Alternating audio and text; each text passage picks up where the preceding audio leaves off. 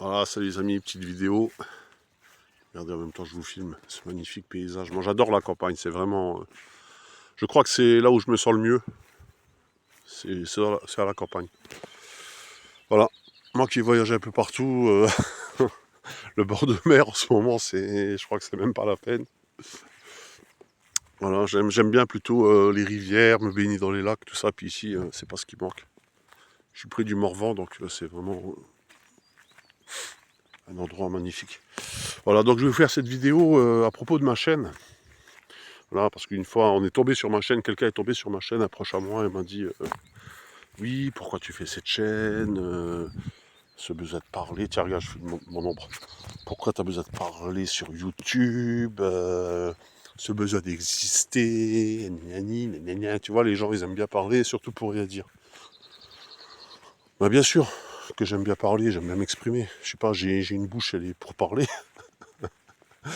Malheureusement, cette bouche, des fois, ne se fait pas comprendre, donc j'utilise comment dire, le biais artistique qui m'aide beaucoup depuis que je suis tout petit. Moi, je suis quelqu'un, j'ai les idées qui foisonnent dans tous les sens.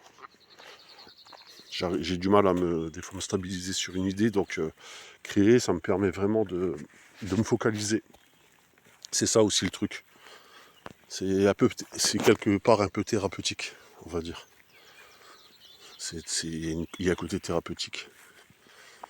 Et de parler, non seulement c'est thérapeutique, mais je partage. Je partage et des gens apprécient mes vidéos. Peut-être même ça peut donner des idées.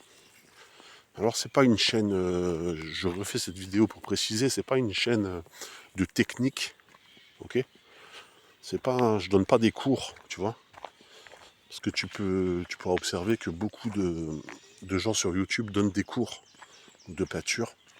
Et encore, hein, quand je dis ils donnent des cours, ils appliquent des techniques très, très approximatives. Hein. Moi, on va dire, je développe une technique, comment je peux dire, je développe une technique qui m'est propre quelque part. Et ensuite, je la fais évoluer en fonction de mes idées. C'est ça le principe d'une technique aussi, c'est de la faire évoluer. Tu vois, c'est un peu, je me sens en parallèle avec, on va dire, les arts martiaux.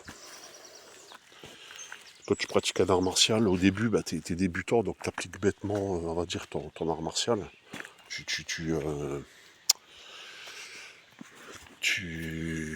Tu alignes les techniques, tu sais, ce que tu as appris. Puis après, tout doucement, tu développes ton propre style, ta propre technique. Et donc moi, si tu veux, pour la peinture, c'est la même chose. Tu vois, comment je puis dire, j'évolue empiriquement au début, comme beaucoup de gens. Tu vois, attends, je vais mettre la caméra comme ça. Tu vois, comme beaucoup de gens, comme beaucoup de gens, je dessinais, je peignais comme ça, avec mes idées et tout. Puis après, j'ai pris quelques cours de peinture, ce qui m'a permis d'accélérer, on va dire, mes idées, d'accélérer mes techniques, de comprendre ce que je faisais, parce que des fois tu fais des choses et tu comprends pas exactement ce que tu fais.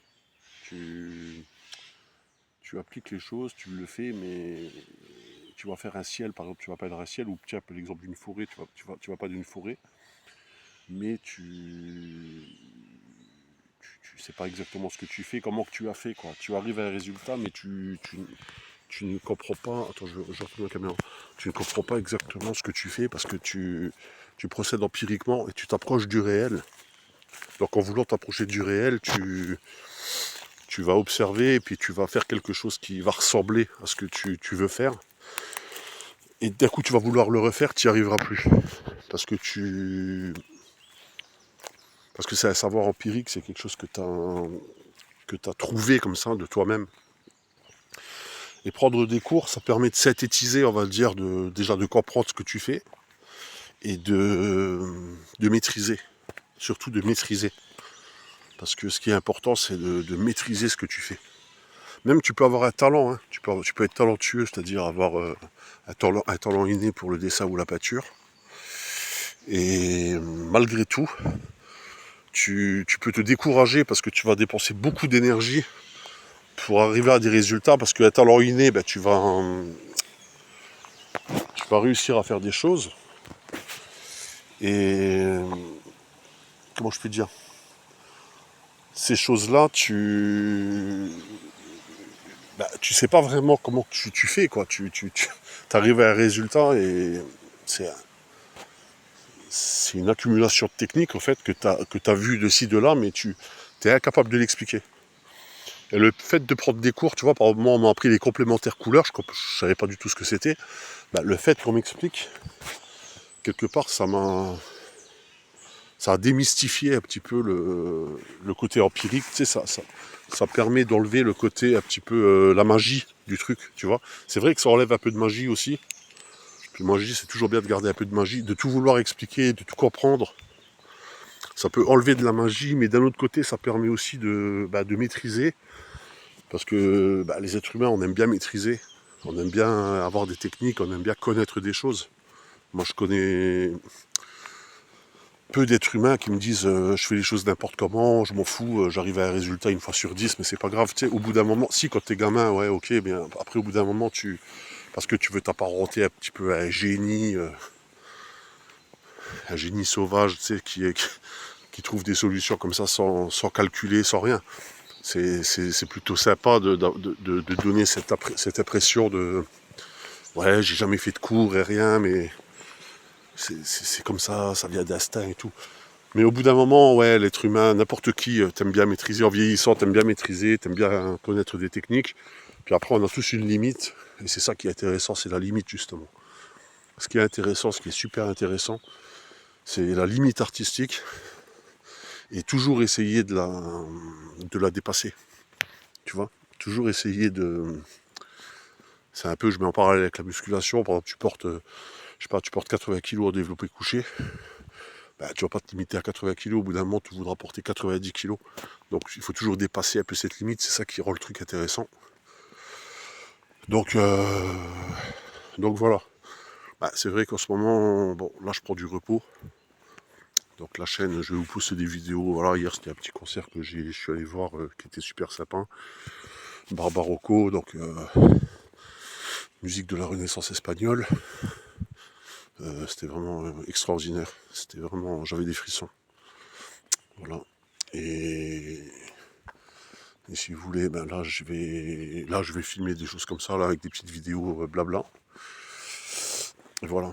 Donc pour vous dire, je reviens sur la technique. Ouais, toujours vouloir. En plus, quand tu prends des cours, quand tu es avec des gens, tu t'intéresses un peu à ce qu'ils font.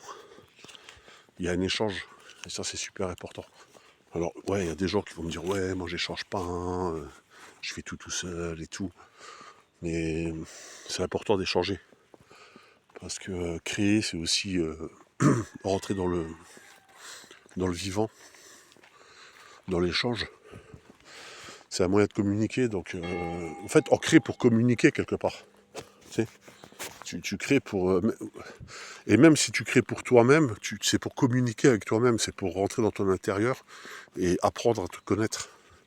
En quelque sorte, c'est un peu ça, tu vois.